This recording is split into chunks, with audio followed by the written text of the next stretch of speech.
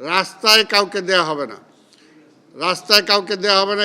এই কথাটা কিন্তু আপনার মনের মধ্যে ঢুকায় নেন। মানে ফুটপাত আমরা কোথাও দেব না। কি হকার ভাইরা ঠিক আছে? ফুল ফুটপাত আমরা দেব না। ফুটপাতের একটা অংশ যেখানে লোক চলাচল করার জন্য ওপেন থাকবে, সে জায়গাতে লোক চলাচল করতে হবে। আর যে জায়গায় একেবারে ফুটপাত একেবারেই ছোট, সে জায়গায় আমরা হকার দেব না।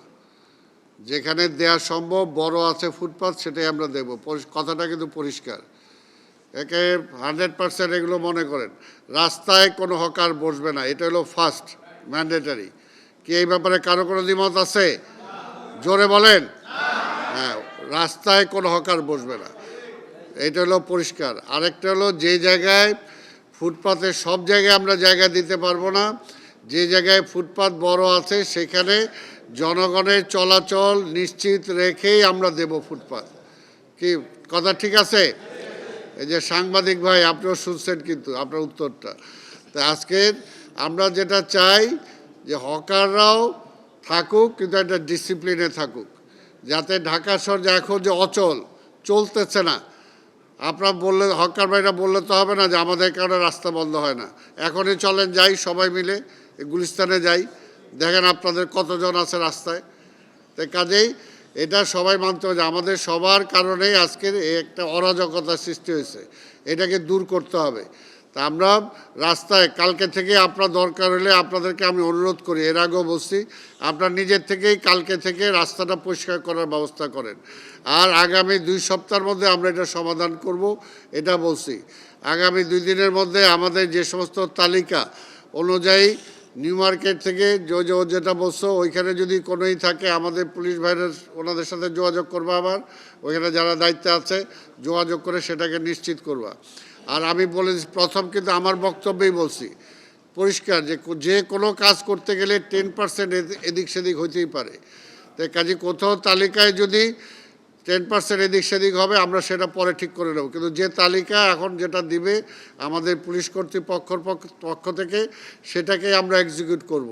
এবং তারপরে সেখানে যদি কোনো আপত্তি থাকে 10% আমরা শুনবো, তার মানে 90% কিন্তু ঠিক হয়ে গেল।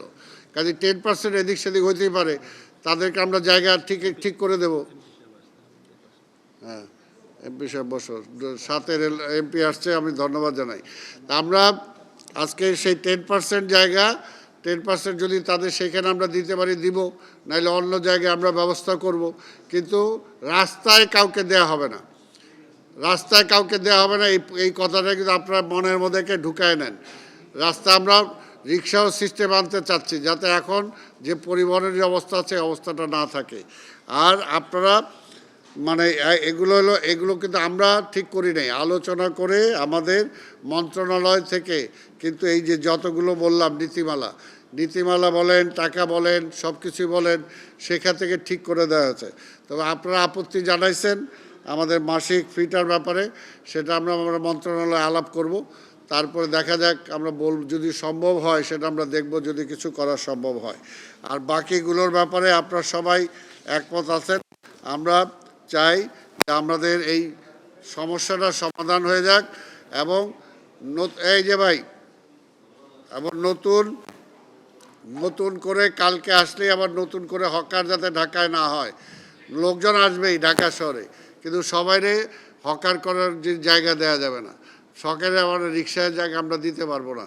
তো সেটার জন্য আমরা চাই যে আপনারা সহযোগিতা করবেন। আপনারা সহযোগিতা না করলে কিন্তু সম্ভব না, আপনাদের সহযোগিতা চাই এখানে। আপনারা আজকে এই জন্য আমি সাংবাদিক রাখছি, ওদের সামনে কিন্তু আমরা আলোচনা করলাম। আমাদের পুলিশ ভাইরাও এখানে আছে, যাতে কনসার্ন যে পক্ষগুলো, সেই পক্ষগুলো এখানে আজকে আছেন। কাজে আমরা এখানে একমত হয়ে গেলাম কয়টার ব্যাপারে, যে রাস্তায় কোনো হকার বসবে না, এটা একমত। ফুটপাতে যেখানে লোক চলাচলের জায়গা রেখে হকাররা বসা সম্ভব, সেখানে আমরা দিব। আর বাকি যেগুলো আছে সেগুলো আমরা অন্য জায়গায় ব্যবস্থা করব।